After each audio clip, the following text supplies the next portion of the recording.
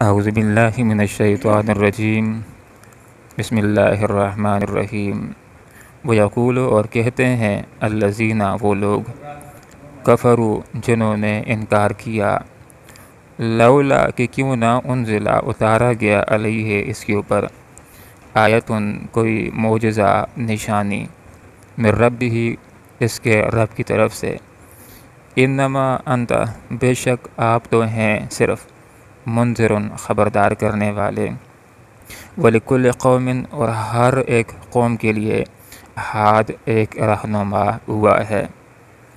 اللہ رب العالمین کی یہ سنت رہی ہے کہ جب بھی اللہ رب العالمین نے کسی نبی کو مبعوث کیا تو ضرور اللہ رب العالمین نے اس کو کچھ ایسی چیزیں جن کو معجزات کہا جاتا ہے ضرور عطا کیے ہیں کہ جن کو دیکھ کر کے ایک عام آدمی دل کے اندر یہ اعتماد حاصل کر سکتا ہے کہ ہے تو یہ فرد اللہ کا رسول، ایک عام آدمی ہے، ہماری طرح بشر ہے، لیکن اس کے اور ہمارے درمیان ایک زمین و آسمان سے بھی زیادہ فرق ہے، اور وہ نبوت کا فرق ہے۔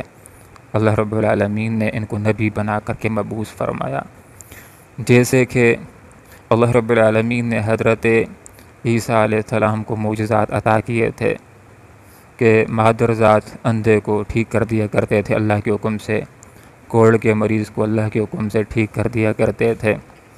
یہ ان کی نبوت کی سچائی کے دلائل تھے۔ حضرت موسیٰ علیہ السلام کو دیکھ لیجئے کہ اپنا ہاتھ بغل میں ڈالتے تھے، نکالتے تھے، چمکنے والا بن جاتا تھا، لاٹھی کو پھینکتے تھے، اژدہا بن جاتا تھا۔ صالح علیہ السلام کو اللہ تعالیٰ نے بطور معجزہ کے چٹان میں سے اونٹنی ان کے لیے نکالی، جو ان کی نبوت کی سچائی کے لیے معجزہ اور دلیل تھی۔ اسی طرح آپ صلی اللہ علیہ وسلم کا معجزہ، سب سے بڑا معجزہ قرآن ہے۔ آپ صلی اللہ علیہ وسلم کی سیرت و کردار بھی بہت بڑا معجزہ ہے۔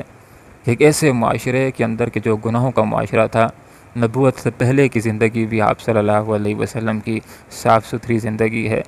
انگلی کے اشارے سے چاند کو بھی 2 ٹکڑے کیا، اور تھوڑا سا پانی تھا، اس کے اندر ہاتھ ڈالا آپ صلی اللہ علیہ وسلم نے، انگلیوں سے پانی نکلنا شروع ہو گیا، بہت سارے افراد نے اس پانی سے وضو فرمایا۔ اور غزوہ کے موقع کے اوپر جابر رضی اللہ عنہ نے دعوت کی آپ صلی اللہ علیہ وسلم کے چند ساتھیوں کی، آپ صلی اللہ علیہ وسلم کی برکت کی وجہ سے ان کا کھانا پورے لشکر کے لیے کافی ہو گیا۔ تو کچھ معجزات آپ صلی اللہ علیہ وسلم کو بھی اللہ نے ضرور عطا کیے تھے کہ جن کو دیکھ کر کے آدمی کا دل گواہی دیتا تھا کہ یہ اللہ کے رسول ہیں، سچے انسان ہیں، ان کے اوپر ایمان لے آنا چاہیے۔ وہ یقول کہتے ہیں الذین وہ لوگ کفروا جنہوں نے انکار کیا لولا انزل علیہ آیت، ان کی اس کے اوپر کوئی نشانی معجزہ کیوں نازل نہ کیا گیا من رب اس کے رب کی طرف سے۔ آیت کا مفہوم یہ ہے کہ ویسے تو آپ صلی اللہ علیہ وسلم کے معجزات بہت سارے تھے، لیکن مطلب یہ ہے کہ کفار کہتے ہیں کہ ہم جس معجزے کی فرمائش کر رہے ہیں وہ کیوں نہیں آ رہا، اور کس معجزے کی فرمائش کر رہے تھے؟ کبھی آپ صلی اللہ علیہ وسلم سے مطالبہ کرتے کہ آپ اس کوئی صفحہ کو سونے کا بنا دیں تو ہمیں یقین ہو جائے گا آپ اللہ کے رسول ہیں، ہم ایمان لے آئیں گے۔ کبھی یہ کہتے تھے کہ یہ معجزہ آپ دکھا دیں کہ جو پہاڑ ہیں بیچ میں سے اٹھا دیتا کہ ہمارے راستے شارٹ ہو جائیں تو ہمیں یہ بات پتہ چل جائے گی کہ آپ اللہ کے رسول ہیں، ہم ایمان لے آئیں گے۔ کبھی کہا کرتے تھے کہ پہاڑوں کی جگہ زمین سے پانی اور چشمے ہماری آنکھوں کے سامنے نکلوا دیں، ہمیں یقین ہو جائے گا کہ آپ اللہ کے رسول ہیں، ہم ایمان لے آئیں گے۔ تو آیت کا مفہوم ہے کہ یہ کافر کہتے ہیں کہ آپ صلی اللہ علیہ وسلم کے اوپر کوئی نشانی اور معجزہ کیوں نازل نہ ہوا۔ مراد ہے کہ ہم جو معجزہ مانگ رہے ہیں، طلب کر رہے ہیں، وہ معجزہ ان کے اوپر کیوں نہیں آ جاتا، کیوں نہیں اتارا جاتا؟ تو اللہ رب العالمین نے اس کا جواب عنایت کیا، انما انت منذر، بے شک آپ تو بس خبردار کرنے والے ہیں۔ نعوذ باللہ، آپ کوئی خدا تھوڑی ہیں کہ یہ جو آپ سے چاہیں گے آپ کرنا شروع کر دیں گے۔ آپ تو اللہ رب العالمین کے نبی ہیں، آپ کا کام تو نذیر ہے اور آپ کا کام تو بشیر ہے، اللہ رب العالمین کے پیغام کو پہنچانا ہے۔ باقی معجزوں کا آنا نہ آنا اس کا فیصلہ اللہ رب العالمین نے کرنا ہوتا ہے، اور معجزات بھی حق ہوتے ہیں، کرامات بھی حق ہوتی ہیں، لیکن اس کے اندر بنیادی بات یہ ہوتی ہے کہ معجزے کا خالق رسول نہیں ہوتا کہ جس وقت جو معجزہ چاہے لوگوں کو لا دکھا دے۔ اور کرامت کا خالق ولی نہیں ہوتا کہ جس وقت جو کرامت چاہے لوگوں کو دکھا دے. کرامت کا خالق اور معجزے کا خالق اللہ رب العالمین ہوتا ہے. جس وقت اللہ رب العالمین چاہتا ہے کسی نبی کے ہاتھ سے معجزہ ظاہر کروا دیتا ہے. جس وقت اللہ رب العالمین چاہتا ہے کسی ولی کے ہاتھ سے کرامت کو ظاہر کروا دیتا ہے. لیکن ان کا خالق انسان نہیں ہوتا، اللہ رب العالمین ہوتا ہے. انما انت منذر، آپ ان کے سامنے اپنی حیثیت کو واضح کر دیجئے. لوگوں نعوذ باللہ، میں کوئی خدا تھوڑی ہوں کہ تم جو کچھ مجھ سے مطالبہ کرو گے میں پورے تمہارے لیے کر لوں گا. میں تو اللہ تعالیٰ کی طرف سے رسول ہوں تمہارے لیے، میں تو اللہ کی طرف سے ایک نبی ہوں. میری حیثیت تو بشیر کی ہے اور میری حیثیت تو نذیر کی ہے. میں اللہ کا پیغام تم تک پہنچانے والا ہوں. لوگوں کلمہ پڑھ لو، لا الہ الا اللہ کہہ دو، تم کامیاب ہو جاؤ گے. اور جو لوگ مسلمان ہو جاتے تھے آپ صلی اللہ علیہ وسلم ان کو خوشخبری دیتے تھے کہ لوگوں کلمہ پڑھ کر کے تم نے زبردست فیصلہ کیا ہے، کامیابی کا فیصلہ کیا ہے، جنت کا فیصلہ کیا ہے، رب کی رضا کا فیصلہ کیا ہے.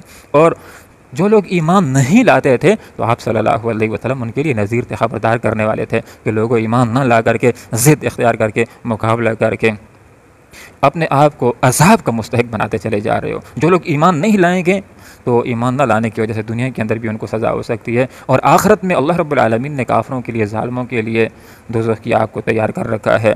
وَلِكُلِّ قَوْمٍ ہَادٍ، ہر قوم کے لیے ایک ہادی ہوا ہے، ایک رہنما ہوا ہے. اللہ رب العالمین نے ہر قوم کے اندر انبیاء کو بھیجا ہے، اور اے آپ صلی اللہ علیہ وسلم آپ کو بھی اللہ تعالیٰ نے ان لوگوں کے لیے بطور ہادی کے رہنما کے مبعوث فرمایا ہے. اور آپ صلی اللہ علیہ وسلم کی رہنمائی، نبوت رہتی دنیا تک کے لیے ہے، ساری اقوام کے لیے، سارے لوگوں کے لیے، قیامت تک آنے والے لوگوں کے لیے ہے. اللہ رب العالمین سے دعا کرتے ہیں کہ اللہ تعالیٰ قرآن و سنت کو پڑھنے کی، سمجھنے کی اور اس کے اوپر عمل کرنے کی توفیق عطا فرمائے. وَيَقُولُ، اور کہتے ہیں الذین، وہ لوگ کفروا جنہوں نے انکار کیا، لولا کہ کیوں نہ انزلا اتارا گیا علیہ اس کے پر آیتن کوئی معجزہ من ربی اس کے رب کی طرف سے. انما بے شک انت آپ تو ہیں بس منذر خبردار کرنے والے. وَلِكُلِّ قَوْمٍ، اور ہر ایک قوم کے لیے ہاد ایک رہنما ہوا ہے. ربنا آتنا فی الدنیا حسنۃ وفی الآخرۃ حسنۃ وقنا عذاب النار برحمتک یا ارحم الراحمین.